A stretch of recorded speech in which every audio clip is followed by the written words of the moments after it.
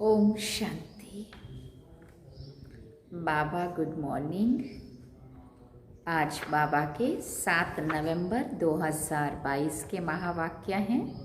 बाबा ने सार में कहा, मीठे बच्चे, मनुष्य जो बाप को भूल दलदल में फंसे हुए हैं उन्हें निकालने की मेहनत करो। विचार सागर मंथन कर सबको बाप का सत्य परिचय दो। बाबा ने प्रश्न पूछा, गीता को किस धर्म का शास्त्र कहेंगे? इसमें रहस्य युक्त समझने की बात कौन सी है? तो बाबा ने उत्तर में कहा, गीता शास्त्र है ब्राह्मण देवी देवता धर्म का शास्त्र। ब्राह्मण देवी देवताए नमः कहा जाता है ना, इसे सिर्फ देवता धर्म का शास्त्र नहीं कहेंगे, क्योंकि देवताओं में तो ये ज्ञान है ही नहीं। ब्राह्मण ये गीता का ज्ञान सुनकर देवता बनते हैं, इसलिए ब्राह्मण देवी देवता दोनों का ही ये शास्त्र है। ये कोई हिंदू धर्म का शास्त्र नहीं कहा जाता। ये बहुत समझने की बातें हैं। गीता ज्ञान स्वयं निराकार शिव बाबा तुम्हें सुना रहे हैं, श्री कृष्ण नहीं। बाबा ने गीत है, न वो हमसे जुदा होंगे न उल्फत दिल से निकलेगी। ओम शांति। बाबा बच्चों को बैठ समझाते हैं अच्छी तरह से। बाबा ने पूछा, कौन सा बाप? पारलौकिक बाप। लौकिक बाप को इतने बच्चे नहीं होते हैं। पारलौकिक बाप के इतने बच्चे हैं, माना आत्माओं के लिए बोल रहे बाबा, जो याद करते रहते हैं, हे पतित पावन सर्व के सदगति दाता ओ परम पिता परमात्मा। तो पिता कहकर बुलाते हैं। परम पिता परमात्मा निराकार भगवान उवाच। निराकार परमात्मा तो एक होता है ना, दो नहीं होते हैं। बच्चों की बुद्धि में बैठा है कि ऊंचे से ऊंचा भगवान है। वो कहाँ रहते हैं? बाबा पूछते, वो कहाँ रहते हैं ऊंचे से ऊंचा भगवान? जहाँ आत्माएं रहती हैं। ईश्वर प्रभु भगवान कहने से सुख का वर्षा लेने की बात नहीं आती है। बाप कहने से वर्षा याद आता है, परंतु मनुष्य बाप को नहीं जानते हैं। भारतवासी ड्रामानुसार रावण मत पर अपनी दुर्गति करते हैं। तो पहले पहले ये समझाना है कि ब्रह्मा विष्णु शंकर सूक्ष्म शरीरधारी हैं, मनुष्य स्थूल देहधारी हैं, परंतु स्थूल व सूक्ष्म देहधारी को बाप नहीं कहेंगे। बाप परमपिता परमात्मा निराकार को कहा जाता है। भूल क्या हुई जो दुर्गति हुई? बाप द्वारा सच्ची गीता सुनने से सद्गति होती है। तो कोई को भी पहले पहले बाप का परिचय देना है, ये है मूल बात। परंतु कोई की बुद्धि में नहीं बैठता है, तब तो बाबा ने ये पोस्टर छपवाया है कि गीता का भगवान श्री कृष्ण बच्चा है या परमपिता परमात्मा है। गीता किस धर्म का शास्त्र है? ब्राह्मण देवी देवता धर्म का कहना ठीक है। जैसे क्रिश्चियन धर्म का शास्त्र बाइबल है, ऐसे गीता को सिर्फ देवी देवता धर्म का शास्त्र नहीं कहेंगे जब तक ब्राह्मणों को ना मिलाए। क्योंकि गीता ज्ञान सुना तो ब्राह्मणों ने है, वो ब्राह्मण फिर जाके वहाँ देवता बने, इसलिए ब्राह्मण को मिलाना जरूरी है। कहते हैं ब्राह्मण देवी देवताए नमः। बाबा ने बताया है देवताओं में ज्ञान है नहीं, वो ये भी नहीं जानते कि गीता कोई हमारे धर्म का शास्त्र है। ज्ञान है ब्राह्मणों को, सिर्फ ब्राह्मण धर्म का भी शास्त्र गीता नहीं कहेंगे, क्योंकि बाप दोनों धर्म की स्थापना करते हैं, इसलिए दोनों धर्म का शास्त्र कहेंगे। वहाँ तो कह देते हिंदू धर्म का शास्त्र है, आर्या का भी कह देते हैं। आर्या समाज तो दयानंद ने स्थापन किया है, वो भले नया धर्म है परंतु वो कोई देवी देवता धर्म के नहीं है। मूल बात है गीता का भगवान कौन। गीता में श्री कृष्ण का नाम डाल गीता को खंडित कर दिया है, क्योंकि मेरे से बुद्धि योग टूट गया। गीता में देखो बातें कितनी बताई हैं और गीता पाठशाला का मान कितना है। तो अभी देवता और ब्राह्मण धर्म प्राय लोप है। पुजारी लोग कहते हैं ब्राह्मण देवी देवताए नमः। उन्हों को ये मालूम नहीं है कि ब्राह्मण देवता कैसे बने, ये बतावे कौन। तो जिनको पता है उन्हीं को जाके बताना पड़ेगा ना। बाप कहते हैं मैं ब्रह्मा मुख वंशावली बनाए देवता बनाता हूँ। तो गीता हो गई ब्राह्मण देवी देवता धर्म का शास्त्र। सिर्फ कहें देवता धर्म का तो लक्ष्मी नारायण में ज्ञान तो है नहीं, ये बात समझने की है। परंतु समझाए कौन? शिव बाबा सुनाते हैं कि रुद्र ज्ञान यज्ञ से विनाश ज्वाला प्रज्वलित हुई। कहाँ रुद्र यज्ञ, कहाँ श्री कृष्ण, फर्क है ना। इस ज्ञान यज्ञ के बाद फिर सतयुग में कोई मटेरियल यज्ञ नहीं रचा जाता। अब यज्ञ रचते हैं आफत मिटाने के लिए, वहाँ कोई आफत होती ही नहीं है जो ये यज्ञ रचना पड़े। गीता में रुद्र यज्ञ का भी लिखा है और ये भी लिखा है कि भगवान उवाच, तो गीता में सच है आटे में नमक जीतना, बाकी सब झूठ है। अब ये विचार सागर मंथन कर शिव बाबा नहीं करेंगे। हाँ, अब ये विचार सागर मंथन शिव बाबा नहीं करेंगे। ब्रह्मा कुमार और ब्रह्मा कुमार कुमारियों को करना है। इस समय मनुष्य तो एकदम दुबन में फंसे हुए। दुबन से निकलने की बड़ी मेहनत लगती है, तब तो बाप को पुकारते हैं ना। बाप कहते हैं तुमको 5 विकार रूपी रावण पर ही जीत पानी है, फिर सतयुग में तुम जीव आत्माएं सुख में हो। जो भी सत्संग है वहां तुम जाकर पूछ सकते हो, डरने की कोई बात नहीं है। सब अंधकार में पड़े, तब तो क्या गाते, तम सोरमा ज्योतिर्गमय।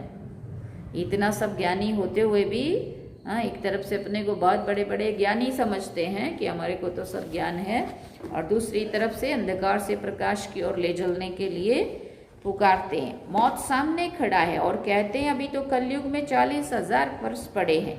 इसको कहा जाता है घोर अंधियारा। कुंभकर्ण की नींद में सोए पड़े हैं। कहते हैं भक्ति का फल देने भगवान आते हैं, सदगति देते हैं। तो इसका मतलब क्या हुआ कि हम दुर्गति में हैं। गीता में अगर शिव परमात्मा का नाम होता तो उनको सब मानते। तो बरोबर निराकार ने राजयोग सिखाया था। युद्ध के मैदान की कोई बात नहीं है। युद्ध के मैदान में इतना बड़ा ज्ञान कैसे देंगे? आज देखो 86 ईयर्स हो गया, तो युद्ध के मैदान में इतना लंबा ज्ञान कैसे दे सकते हैं? राजयोग कैसे सिखाएंगे? मुख्य धर्म, अब वहाँ एक तरफ से दोनों सेनाएं आमने सामने खड़ी हैं और तो दिमाग में योग लगेगा क्या? बाबा कहते मुख्य धर्म है 4, धर्म शास्त्र भी 4 हैं। अभी तो अनेक धर्म है, अनेक शास्त्र, अनेक चित्र हैं। अब बच्चों की बुद्धि में बैठा है कि ऊंचते ऊंच है शिव बाबा, फिर नीचे आओ तो ब्रह्मा विष्णु शंकर, फिर साकार में लक्ष्मी नारायण, फिर उनकी डायनेस्टी, संगम पर ब्रह्मा सरस्वती।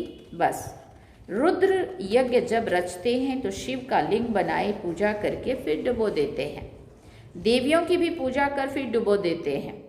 तो गुड्डे गुडियों की पूजा हो गई ना, क्योंकि उनका ऑक्यूपेशन कोई नहीं जानते हैं। उनकी महिमा है पतित पावन। तो कैसे पाप आत्माओं को पावन बनाते हैं? अभी तो तुमको जाग कर जगाना है, अर्थात बाप का परिचय देना है। बाप को जानते नहीं है, सिर्फ पैसा कमाते कथा सुनाते रहते हैं। इससे क्या हुआ? तुम विद्युत मंडली में भी जाकर समझाओ। इस लड़ाई में बाबा ने कहा तुम विद्युत मंडली में भी जाकर समझाओ। इस लड़ाई में मरना तो सबको जरूर है। बाबा कहते इस रुद्र ज्ञान यज्ञ से विनाश ज्वाला प्रज्वलित होती है। लिखते भी रहते हैं कि हमने इतने बड़े बड़े बॉम्ब्स बनाए हैं, तो कल्प पहले भी इनसे विनाश हुआ था। ये सब बॉम्ब्स कोई कल्प पहले इन्होंने समुद्र में नहीं डाले थे, तो अभी भी विनाश होना ही है। कहते हैं विनाश काले विपरीत बुद्धि कौन? कौरव और यादव। तो अभी तो प्रजा का प्रजा पर राज्य है, तो ये पोस्टर लाखों की अंदाज में छपाओ, सभी भाषाओं में। अंग्रेजी में ज़रूर छपवाना चाहिए। जहाँ जहाँ गीता पाठशाला वहाँ वहाँ बांटते जाओ। पोस्टर पर एड्रेस भी लिखी हुई हो। बाबा डायरेक्शन तो देते हैं, करना तो बच्चों का ही काम है। लिखा हुआ है शिव बाबा, तो शिव बाबा भी बाप, ब्रह्मा भी बाप, परंतु बच्चों को वर्षा तो शिव बाबा से मिलना है, ना कि ब्रह्मा से। ब्रह्मा को भी उनसे मिलता है। बाबा ने बहुत समझाया है कि गीता मैगजीन में भी पहले पहले बाप का यथार्थ परिचय लिखो, तो जो ब्राह्मण देवता बनने वाले होंगे उनको झट तीर लगेगा, नहीं तो लिया और फेंक दिया। जैसे कोई बंदर को किताब दो तो एकदम फेंक देगा, समझेगा कुछ भी नहीं। तब तो बाप कहते हैं कि ये ज्ञान मेरे भक्तों को और गीता पाठियों को देना है। उसमें भी जिसके भाग्य में होगा वो समझेंगे। वो बाप कहते हैं ये तो है ही नरक। यहाँ जो भी बच्चे आदि पैदा होते हैं, एक दो को दुख देते रहते हैं, एक दो को काटते रहते हैं। बाकी जो गरुड़ पुराण में विषय वितरणी नदी दिखाई है वो तो है ही नहीं। ये दुनिया तो नरक है। तो बच्चे जानते हैं आज नरकवासी फिर संगमवासी बनते हैं, कल फिर स्वर्गवासी बनेंगे, इसलिए पुरुषार्थ कर रहे हैं। अच्छा, मीठे मीठे सिकेल दे बच्चों प्रति माता पिता बाप दादा का याद प्यार और गुड मॉर्निंग। रूहानी बाप की रूहानी बच्चों को नमस्ते। हम रूहानी बच्चों की रूहानी माता पिता बाप दादा को दिलवा चांद सिकवा प्रेम से याद प्यार गुड मॉर्निंग नमस्ते। थैंक यू बाबा, शुक्रिया बाबा। फिर रात्रि क्लास भी है 23 मार्च 1968 को। 69 में बाबा ने शरीर छोड़ा था, लेकिन उसके एक साल पहले की ये 68 की मुरली है। 23 मार्च को रात को क्लास कराते थे ना बाबा। तो बाबा ने कहा ऊंचते ऊंच है भगवान, माना फादर। किसका फादर? सभी जो आत्माएं हैं उन सभी का। जो भी मनुष्य मात्र है उनमें जो आत्माएं हैं उनका है फादर। अभी सभी आत्माएं जो कि पार्ट बजाने आती हैं वो पुनर्जन्म जरूर लेती हैं। कोई बहुत थोड़े लेते हैं, कोई 84 जन्म लेते हैं, कोई 80 लेते हैं, कोई 60 लेते हैं, है ना। देहधारी जो भी मनुष्य हैं, भले ये लक्ष्मी नारायण विश्व पर राज करने वाले हैं, उस समय न्यू वर्ल्ड में और कोई डायनेस्टी नहीं होती है। जो भी देहधारी मनुष्य हैं कोई भी सदगति नहीं दे सकते। पहले पहले है स्वीट साइलेंस होम, सभी आत्माओं का घर। बाप भी वहाँ रहते हैं, उसको इनकॉर्पोरियल वर्ल्ड कहा जाता है। इस बाप ऊंचते ऊंच, फिर रहने का स्थान भी ऊंचते ऊंच। इसलिए बाबा की क्या महिमा है। ऊंचा तेरा नाम, ऊंचा तेरा धाम, ऊंचे ऊंचे भगवान, ऊंचा तेरा हर काम। बाप कहते मैं ऊंचते ऊंच हूँ, मुझे भी आना पड़ता है, सभी मुझे पुकारते हैं। जो भी मनुष्य मात्र हैं पुनर्जन्म सबको जरूर लेना ही है। सिर्फ एक बाप नहीं लेते हैं, पुनर्जन्म में तो सभी को आना ही है। कोई भी धर्म स्थापक हो, बुद्ध अवतार कहते हैं ना, बाप को भी अवतार कहते हैं, उनको भी आना पड़ता है। अभी सभी आत्माएं यहाँ मौजूद हैं, वापिस कोई भी जा नहीं सकते। पुनर्जन्म लेते हैं तब तो वृद्धि होती है ना। पुनर्जन्म लेते लेते इस समय सभी तमो प्रधान हैं। बाप ही आकर नॉलेज देते हैं, बाप ही नॉलेजफुल हैं। आदि मध्य अंत की नॉलेज उनमें है, उनको ही नॉलेजफुल ब्लिसफुल कहा जाता है। पीसफुल एवर प्योर, बाकी मनुष्य मात्र प्योर इम्प्योर बनते हैं। ये लक्ष्मी नारायण डीटी डायनेस्टी के फर्स्ट हैं। इनको ही पूरे 84 जन्म लेने पड़ते हैं, पुनर्जन्म यहाँ ही लेते हैं, फिर अंत में बाप आकर सबको पवित्र बनाकर साथ में ले जाते हैं।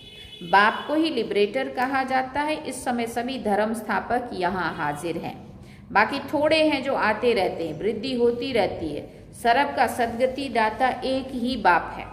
शांति धाम व सुख धाम का मालिक बनाते हैं। तुम ही पूरे 84 जन्म लेते हो। तुम जो पहले आए थे वही फिर पहले आएंगे। क्राइस्ट फिर अपने समय पर आएंगे। क्राइस्ट में ये ताकत नहीं है जो किसको वापस ले जाए। वापस ले जाने की तो ताकत एक बाप में ही है, वही लेके जाएगा सभी को। इस समय है रावण राज, आसुरी राज। 84 जन्मों में विकार में पूरे प्रवेश कर लेते हैं। 84 जन्मों में विकार पूरे प्रवेश कर लेते हैं। बाप कहते तुम डीटी दुनिया के मालिक थे, फिर रावण की दुनिया में तुम विकारी बन पड़े हो। पुनर्जन्म सभी को जरूर लेना पड़ता है। धर्म स्थापन कर वापिस चला जाए ये तो हो नहीं सकता, उनको पालना जरूर करनी है। गाया जाता है ब्रह्मा द्वारा नई दुनिया की स्थापना, पुरानी दुनिया का विनाश। नई दुनिया में एक ही धर्म, एक ही डीटी डायनेस्टी थी, अब वो नहीं है, सिर्फ चित्र हैं और सभी धर्म मौजूद हैं सिवाय एक गॉड फादर के। जो भी देहधारी हैं पुनर्जन्म जरूर लेते हैं। फिर बाबा ने कहा भारत है ही अविनाशी खंड, ये कभी विनाश नहीं होता है, अविनाशी है। जब इनका राज्य था तो और कोई भी खंड नहीं था, सिर्फ इनका ही राज्य था, सूर्यवंशी चंद्रवंशी, बस और कोई नहीं। नई दुनिया को डीटी वर्ल्ड कहा जाता है। इनकॉर्पोरियल वर्ल्ड को स्वर्ग नहीं कहा जाता है। निराकारी दुनिया को, परमधाम को स्वर्ग नहीं कहा जाता, वो तो है ही स्वीट साइलेंस होम, निर्वाण धाम। आत्मा को ज्ञान सिवाय परम पिता परमात्मा के और कोई दे नहीं सकता। आत्मा बहुत छोटी बिंदी है, सभी आत्माओं का फादर है सुप्रीम सोल, उनको सुप्रीम फादर कहा जाता है। वो कभी पुनर्जन्म में नहीं आ सकते हैं। इस समय नाटक की पिछाड़ी है, ये सारी दुनिया स्टेज है, इसमें खेल चल रहा है। इनकी ड्यूरेशन है 5000 वर्ष। ये है पुरुषोत्तम संगम युग, जबकि बाप आकर सभी को उत्तम से उत्तम बनाते हैं। आत्माएं अविनाशी हैं, ये ड्रामा भी अविनाशी है, बना बनाया खेल है। जो पास हो गए हैं फिर उसी समय पर आएंगे। कल पहले पहले ये आए थे। लक्ष्मी नारायण अभी नहीं है, सच्चा सत्संग यही है। अच्छा, मीठे मीठे रूहानी बच्चों को रूहानी बाप व दादा का याद प्यार और गुड नाइट। रात्रि क्लास है ना, इसलिए बाबा ने कहा गुड नाइट गुड मॉर्निंग, क्योंकि हम सुबह पढ़ रहे हैं इसलिए। ओम शांति। धारणा के लिए मुख्य सार है। पहला पॉइंट, विचार सागर मंथन कर मनुष्यों को दलदल से निकालना है। जो कुंभकर्ण की नींद में सोए हैं उन्हों को जगाना है। फिर बाबा ने दूसरा पॉइंट कहा, सूक्ष्म अथवा स्थूल देहधारियों से बुद्धि योग निकालकर निराकार बाप को याद करना है। सबका बुद्धि योग एक बाप से जुटाना है। वरदान में बाबा ने कहा, सच्चे वैष्णव बन पवित्रता की श्रेष्ठ स्थिति का अनुभव करने वाले संपूर्ण पवित्र भव। संपूर्ण पवित्रता की परिभाषा बहुत श्रेष्ठ और सहज है। संपूर्ण पवित्रता का अर्थ है स्वप्न मात्र भी अपवित्रता मन और बुद्धि को टच नहीं करे। इसी को कहा जाता है सच्चे वैष्णव। चाहे अभी नंबरवार पुरुषार्थी हो, लेकिन पुरुषार्थ का लक्ष्य संपूर्ण पवित्रता है और ये सहज भी है, क्योंकि असंभव से संभव करने वाले सर्वशक्तिवान बाप का साथ है। स्लोगन में बाबा ने कहा, सहज योगी वो है जो हठ व मेहनत करने की बजाय रमणीकता से पुरुषार्थ करे। सहज योगी की परिभाषा बताई बाबा ने, सहज योगी वो है जो हठ व मेहनत करने की बजाय रमणीकता से पुरुषार्थ करे। ओम शांति। ये थे बाबा के महावाक्य। सार में बाबा ने कहा, मीठे बच्चे, मनुष्य जो बाप को भूल दुबन में दलदल में फंसे हुए हैं, उन्हें निकालने की मेहनत करो। विचार सागर मंथन कर सबको बाप का परिचय दो। और गीत कितना प्यारा था, क्या सुना गीत में? न वो हमसे जुदा होंगे न उल्फत दिल से निकली। ये उन्हीं के थे, उन्हीं के हैं, उन्हीं पे मर मिटेंगे हम। तो ये बहुत प्यारा सा गीत है, मेरा फेवरेट सॉन्ग। अभी हम चलते हैं बाबा की याद में। ओम शांति।